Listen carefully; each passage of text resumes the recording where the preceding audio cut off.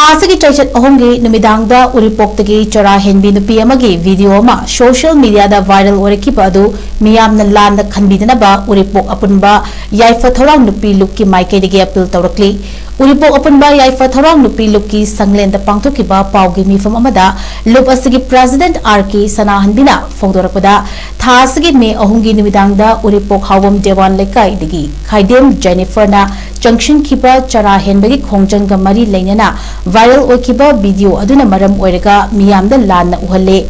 numit aduda Jennifer na mahak Chara Henbagi khongjang junction lagani haina hairakpada khongjang ama junction si hairagadi hana plan ningthijana tawraga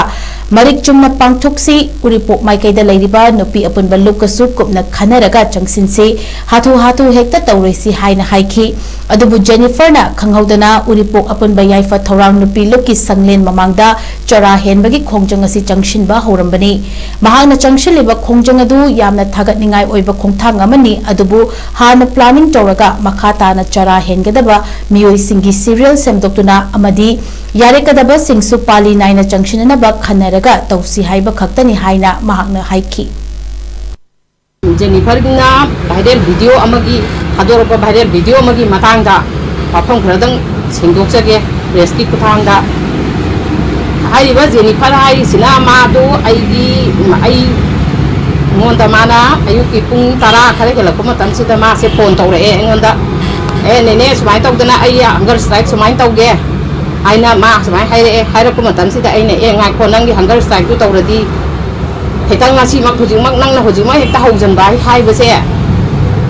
hitang khuyong na mali aduna nang ngantang di ngai ko na haibase da mana ai haurani kolani haibase da ngai ko nang ai khoi lekai gi club lady maida lady sugumba mayam singje angta khana gi ai tonda nang gi kano do loba ngam banate mayam khana gi si aina haire de ma je sakre mu adai ai nang pung tarama thui taram dai se mo do phone tawre Jennifer nang sumai taw gi nu ngai ko ta hojala kinu aidi sigi nangna sima tawbo matamda problem mayam ama lakadori se ai todana tawbo ngam banate dona lekai gi mayam singje amta khana gi ge aina amu haire de nungdin pung mari khare gela pasida mane secretary ne president ne member khara ne tawraga khoi se wa se amu khana re ma tawraga aduna nang sumaina tawbasidi tawbinu aduna khoi mayam si khana ro matungda nangna sigi kano se nang da sagota banate nang na si leba ki damakta sumaina tholakna mayang gi sumaina tawdana tawri bese akoi nang bu yam thagat pa phongdo I nang na tawdoi se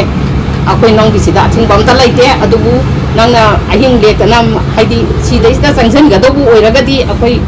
rotation ama senda dana khona dana tawbo darkar lei aduga nang na tawdori se akoi ibong maige gira natraga akoi lekai gi tawna doira adu masu nang akoi da angon da haro on haiba mutan side nene adudi akoi uribong maige gi ni uribok ki mset porokna bani aina tawri se na han ade aina adudi nang uribong maige gi oragadi uribok ta leiri ba sansan mayam se masi tanaba akoi mayam khanaba ma changi nang na hoji hatu hojan badi tawganu ngasi di maira katpagi adagi leba ki oiba kainu ma su lei bani na adu da so koi saru ya dori bani na nang khajikang thumali yam taha mali nang tang ngai ko akoi da khanaba gi matang tang pi ko hai bani hai matam se da ma na thoga ai gi dimi mayam ama lakana le hore aina hai ai gi president gi yum dani khana resi ko adai di lakana le hore ha do mi lakana le hore din nang kai no ta nang cha lo phare adoi di ko inda khana la ki hai bani da adai ko di smai taw dun mai ra ka gi mayam se lo se na re sana ra ga halaku matam se ta nu marak tamana sigi kano se da hogdana le ramme hogdana le rambu dagi kutak ta mai ra gi secretary na so hanga ga mai ra manu da ko salle adai ma sang na bagi damakta koi mi yam da bakara na ma si sange sangaduna koi nungdangi pung baro sai bawa akoi si da lai re mi kra lai re adai di ma bu ma si gi ma gi khongjang ji bu sagat pi gani haidana ima ibel khara lai lakadu da hogi secretary na adai lai ri mai ra gi member khara na adoi di akoi se ngasi makidi akoi si arrange se taw banang dre mon da smai taw gi bani aduna ngasi gi yam lapi ra bani na ngasi gi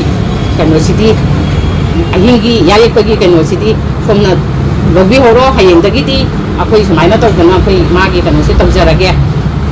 akoi arrange tawjarage du hayeng dagiti akoi si thawai se lawjarage masi makiti kitang piyong na malen hairamaga moi changa aba matung sida